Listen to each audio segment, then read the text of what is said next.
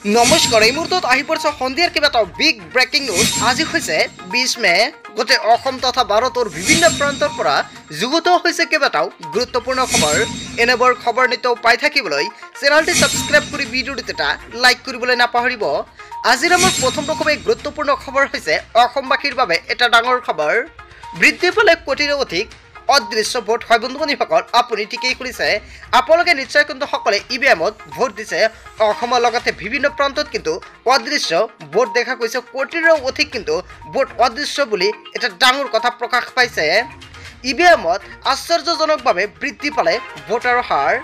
অসমতো বৃদ্ধি পালে 10 লাখ ভোট। এই 10 লাখ ভোট ক'ৰ পৰা আহিলে জনতাই নিশ্চয় প্ৰশ্ন কৰিব। নিশ্চয় যদি আপুনি জানে কমেণ্ট কৰি জনাব। 4টা পৰ্যায়ত সমগ্ৰ দেশত 1.7 কোটিৰো অধিক ভোট বৃদ্ধি পালে। নিৰ্বাচনী আয়োগৰ তথ্যক লৈ দেশজুৰি ৰহস্যৰ সৃষ্টি হৈছে। অন্ধ্ৰপ্ৰদেশত 17.2 লাখ ভোট বৃদ্ধিৰ বিপৰীতে অসমত 10.3 লাখ ভোট বৃদ্ধি পালে। অসমসহ সমগ্ৰ দেশতে 19 এপ্ৰিলত আছিল প্ৰথম পৰ্যায়ৰ ভোট গ্ৰহণ। ভোট হৈ যোৱাৰ 11 দিন পিছত ভোটদানৰ তথ্য প্ৰকাশ কৰিছে নিৰ্বাচন আয়োগে। ভোটদানৰ দিনা আৰু 11 দিন পিছত প্ৰকাশ কৰা হাৰৰ মাজত পাৰ্থক্য। 11 দিন পাছত প্ৰকাশ কৰা চূড়ান্ত তালিকাত হঠাৎ বৃদ্ধি পালে 5.75% ভোট। একেদৰে 30 এপ্ৰিলত 60.96% ভোটদানৰ তথ্য প্ৰকাশ কৰিছিল। 4 দিন পিছত চূড়ান্ত তালিকাত বৃদ্ধি হৈছিল 66.7% ভোট। কিন্তু চূড়ান্ত তালিকাত 45.16 লাখ ভোটাৰে ভোট দিয়া বুলি ৰাজহুৱা কৈছে তথ্য, য'ত পূৰ্বৰ তুলনাত ইভিএমত 1.7 লাখৰো অধিক ভোট সাব্যস্ত হোৱা দেখা গৈছে। ৰাষ্ট্ৰীয় সংবাদ প্ৰতিষ্ঠান টাইমছ অফ ইণ্ডিয়াই উন্মোচন কৰিছে এই তথ্য। লক্ষণীয়ভাৱে অসমৰ 14 সমষ্টিত গড়ে 73,000 অদৃশ্য ভোটাৰে সাব্যস্ত কৰিছে ভোটাধিকাৰ। বৃদ্ধি পালে কোটিৰো অধিক অদৃশ্য ভোট। হয় বন্ধু-বান্ধৱীসকল, এটা ডাঙৰ খবৰ, এটা গুৰুত্বপূৰ্ণ খবৰ প্ৰকাশ পাইছে। ইয়াৰ বিষয়ত আপুনি কি ক'ব? যদি আপোনাৰ কিবা মন্তব্য কৰিব লগা থাকে আপোনালোকৰ মন্তব্যটো নিশ্চয় কমেণ্ট কৰি জনাবলৈ নাপাহৰিব। তাৰপিছত অসমবাসী ৰাইজক জনাইছোঁ আমাৰ 2 নম্বৰটো খুবেই গুৰুত্বপূৰ্ণ খবৰ। অসমবাসীৰ বাবে এটা ডাঙৰ খবৰ। যোগী আদিত্যনাথৰ ৰাজ্যত বৃদ্ধি কংগ্ৰেছৰ জনপ্ৰিয়তা। হয় বন্ধু-বান্ধৱীসকল, আপুনি ঠিকেই শুনিছে। ৰাহুল গান্ধীৰ জনসভাত এইবাৰ শিলদল ভাঙি ওলাই আহিল হাজাৰ হাজাৰ লোক। উত্তৰ প্ৰদেশৰ কংগ্ৰেছৰ নিৰ্বাচনী সভাত উপস্থিত হৈছিল ৰাহুল গান্ধী। উত্তৰ প্ৰদেশৰ কেইবাখনো নিৰ্বাচনী সভাত এইবাৰ অগণন লোকৰ সমাগম। উত্তৰ প্ৰদেশ কংগ্ৰেছৰ টৌ আহিছে বুলি এটা দাবী কৰা হৈছে। ব্যাপক ভিৰৰ বাবে নিৰ্বাচনী ৰেলী উলিয়াব নোৱাৰিলে কংগ্ৰেছে। বৃহৎ দেশখনত নিৰ্বাচনী পথ পৰিৱৰ্তনৰ আকাংক্ষা বিজেপিৰ। যোগী আদিত্যনাথৰ ৰাজ্যত বৃদ্ধি কংগ্ৰেছৰ জনপ্ৰিয়তা। হয় বন্ধু-বান্ধৱীসকল, আপুনি ঠিকেই শুনিছে। এটা ডাঙৰ খবৰ মোক লৈ আহিছে। তাৰপিছত অসমবাসী ৰাইজক জনাইছোঁ আমাৰ 3 নম্বৰটো খুবেই গুৰুত্বপূৰ্ণ খবৰ। লগতে এটা ডাঙৰ খবৰ, হেলিকপ্টাৰৰ দুৰ্ঘটনাত ইজৰাইলৰ হাত থাকিলে পৰিস্থিতি হ'ব ভয়াৱহ। হয় বন্ধু-বান্ধৱীসকল, ইৰাণৰ ৰাষ্ট্ৰপতিৰ মৃত্যু হৈছে। আপোনালোকে নিশ্চয় সম্পূৰ্ণকৈ শুনিছে।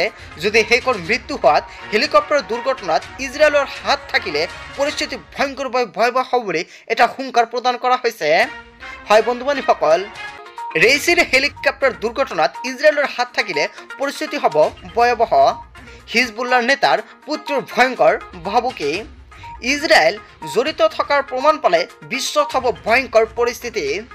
বিশ্বৰ মানচিত্ৰ সলনি কৰি দিয়াৰ ভাবুকি। হয় বন্ধু-বান্ধৱীসকল, অৱশেষত ভাবুকি প্ৰদান কৰা হৈছে হাছান নাছিৰুল্লাৰ পুত্ৰৰ।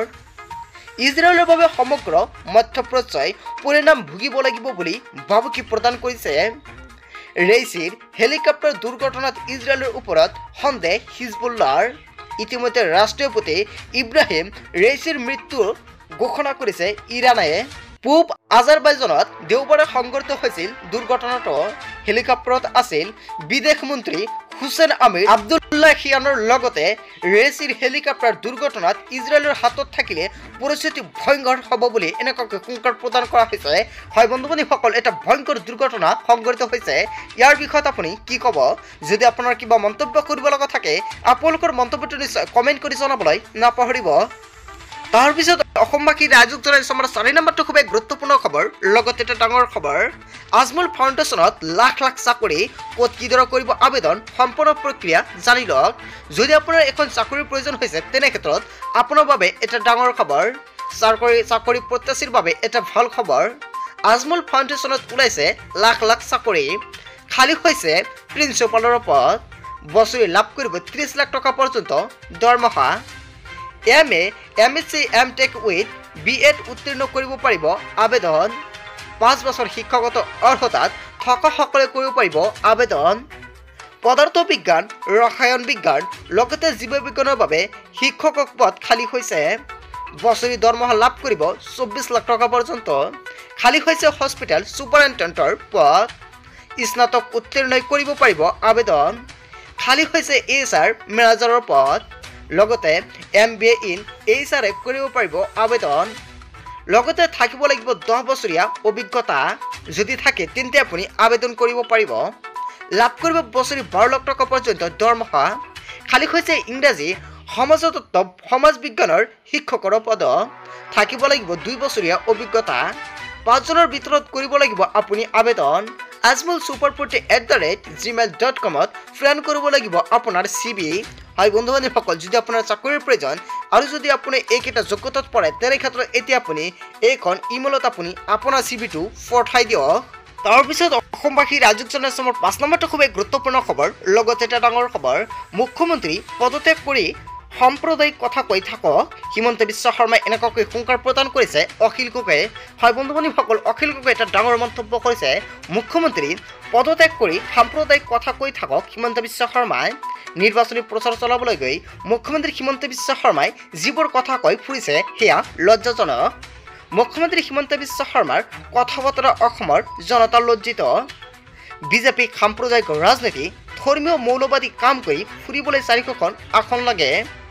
মছজিদ ভাঙি মন্দিৰ বনাবলৈ বিজেপিক 400খন আসন লাগে।